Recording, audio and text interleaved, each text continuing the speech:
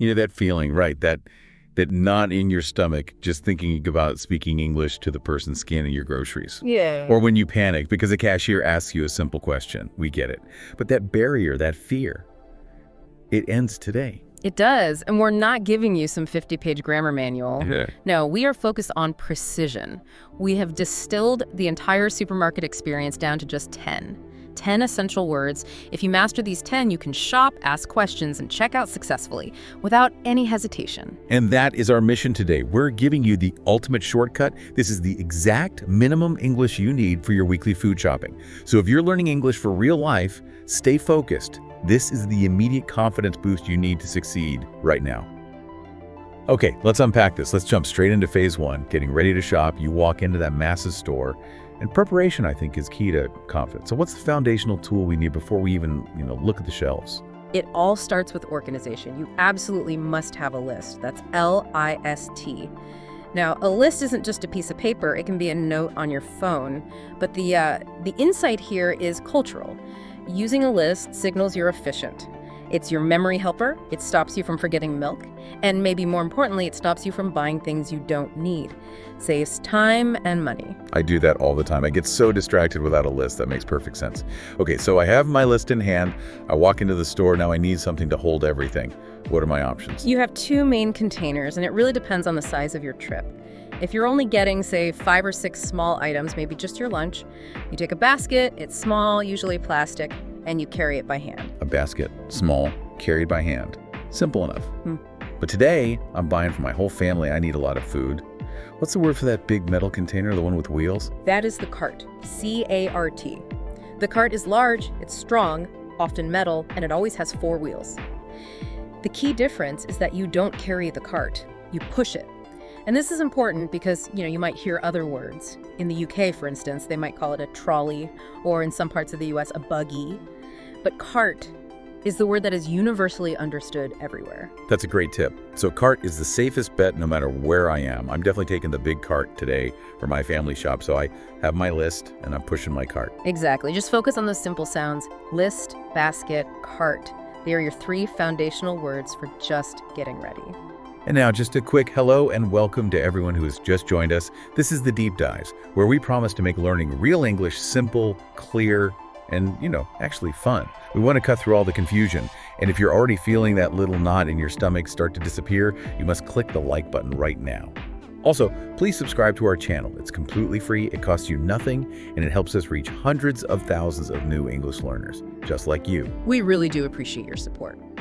Okay, now let's take that confidence and let's push that cart into the main shopping area. Right. I enter the market and it is gigantic. I look at my list and the first thing is rice. But I can't see the rice anywhere. Just these tall shelves of other things. How is the store structured? What's the word I need to navigate it? Okay, so the store is structured along those long paths between the shelves. We call those paths an aisle, A-I-S-L-E. And this is a really crucial pronunciation point. The S is completely silent. You say aisle. The aisle number is how the entire store is organized. That's the number you need to listen for. Okay, aisle with a silent S. Sure. Got it. So I need to find a store employee to ask, but I can't just, shout rice at them. What's the polite way to start? The culturally necessary phrase in English. That phrase is, excuse me. This is so vital in English-speaking cultures. Saying, excuse me, first is the signal. It politely tells the person, please stop what you're doing and listen to my question. It's the key that unlocks the whole conversation. Excuse me. I can definitely say that. Now, what is the simplest, most effective sentence for a beginner to ask where something is? You use the simplest structure you can. Excuse me, where is the food name? For example, excuse me, where's the rice? Or, excuse me, where's the sugar? You only have to change that one single word, the name of the food. The phrase, where is the, is your key tool for the entire shop. Let me test that out. I need cheese. So I would go up to an employee and say, excuse me, where's the cheese? That is perfect. And the employee's reply will probably contain one of the words we just learned. They'll likely say, it is in aisle 10, or maybe it is in the back. Sometimes they'll point and say, it is over there. I have to remember to listen for that aisle number. Now, what about food that isn't on a shelf? Things that are in a giant, very cold machine, like ice cream. Right. That cold machine is called the freezer. It keeps things like frozen peas or ice cream safe. And you use the exact same sentence structure. You can say, excuse me, Where's the ice cream? And the response will probably be, it is in the freezer section, or it is down aisle 5 near the freezers. Yeah, see how quickly that builds confidence. The simple structure, excuse me, where is the, it just works everywhere. It absolutely does. Now let's move on. Let's go to phase 3, the produce section. This is where things are usually bought by weight. Yes. This section, with all the apples and oranges, it always confuses me because the price isn't per item. I need the keyword for weight. The core word you need, especially in a country like the United States, is pound. P-O-U-N-D. Produce is sold by the weight unit, so 2 pounds of apples or half a pound of grapes. Now, we should say that in most other countries you'll use kilo or kilogram, but pound is a word you absolutely have to recognize in many major English-speaking markets. Understood. Pound. Okay, next challenge is the price.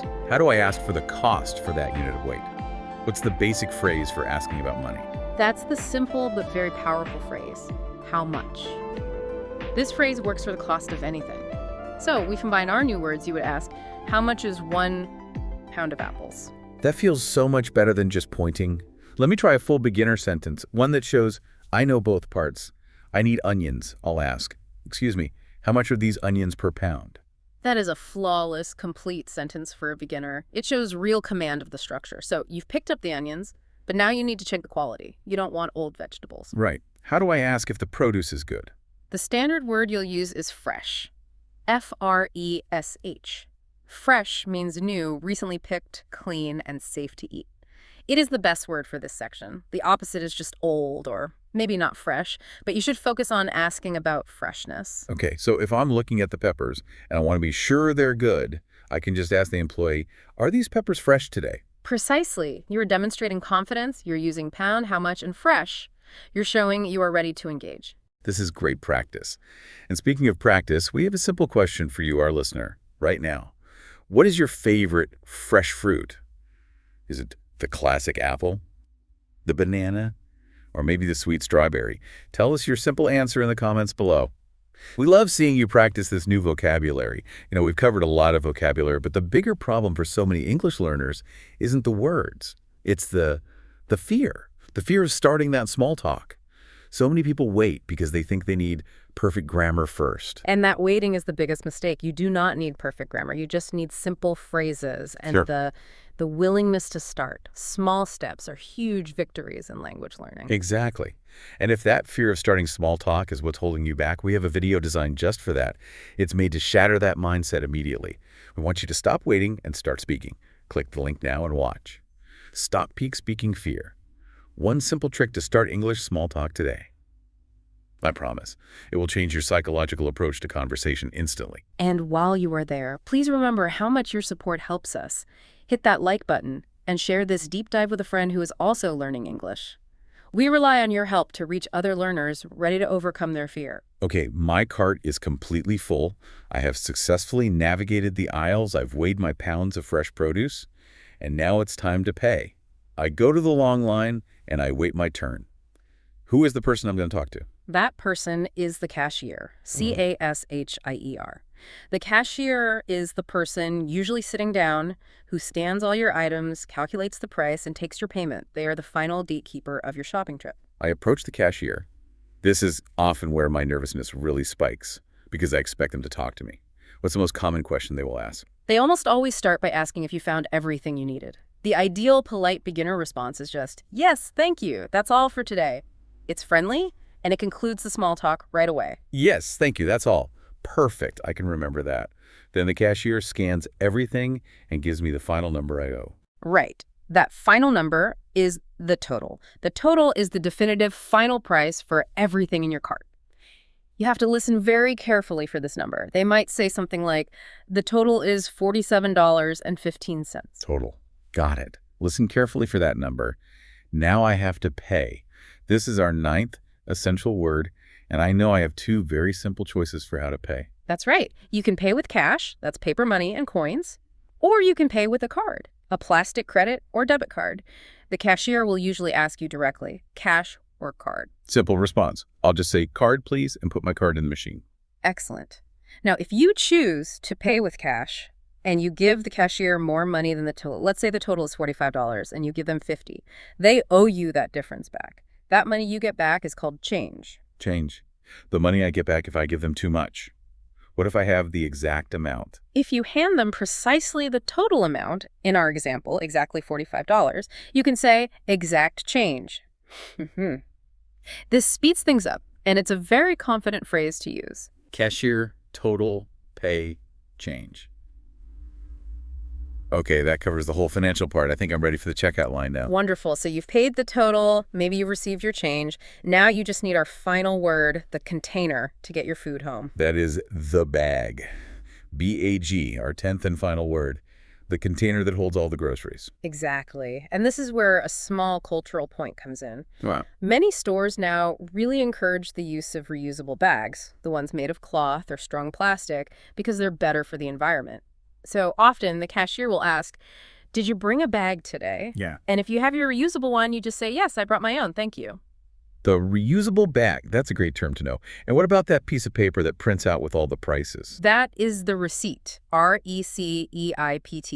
The receipt shows the price of every single item and the total. While it's not one of our core 10, it's essential to keep it in case you need to return something. So I have my food in my bag, I have the receipt, and I'm ready to go. How do I end this polite exchange? With a simple, warm goodbye. Just look the cashier in the eye and say, "Thank you very much, have a great day." They will always offer a kind farewell back. And we have one final question for you to encourage your engagement. It's about that cultural point we just discussed. Do you use a reusable bag when you go shopping to help the planet? Tell us yes or no in the comments below. We really want to encourage this habit. My nervousness has completely evaporated. We have successfully walked through the entire English shopping experience. Let's quickly reinforce those core 10 words one more time. Let's do it. Listeners, please repeat these words aloud with us. These are the words that translate directly into shopping confidence. List, Cart, aisle, excuse me, pound, fresh, cashier, total, pay. and bag. Knowing and using those 10 words means you eliminate shyness. You will successfully complete every single communication on your next shopping trip. Remember what we said earlier.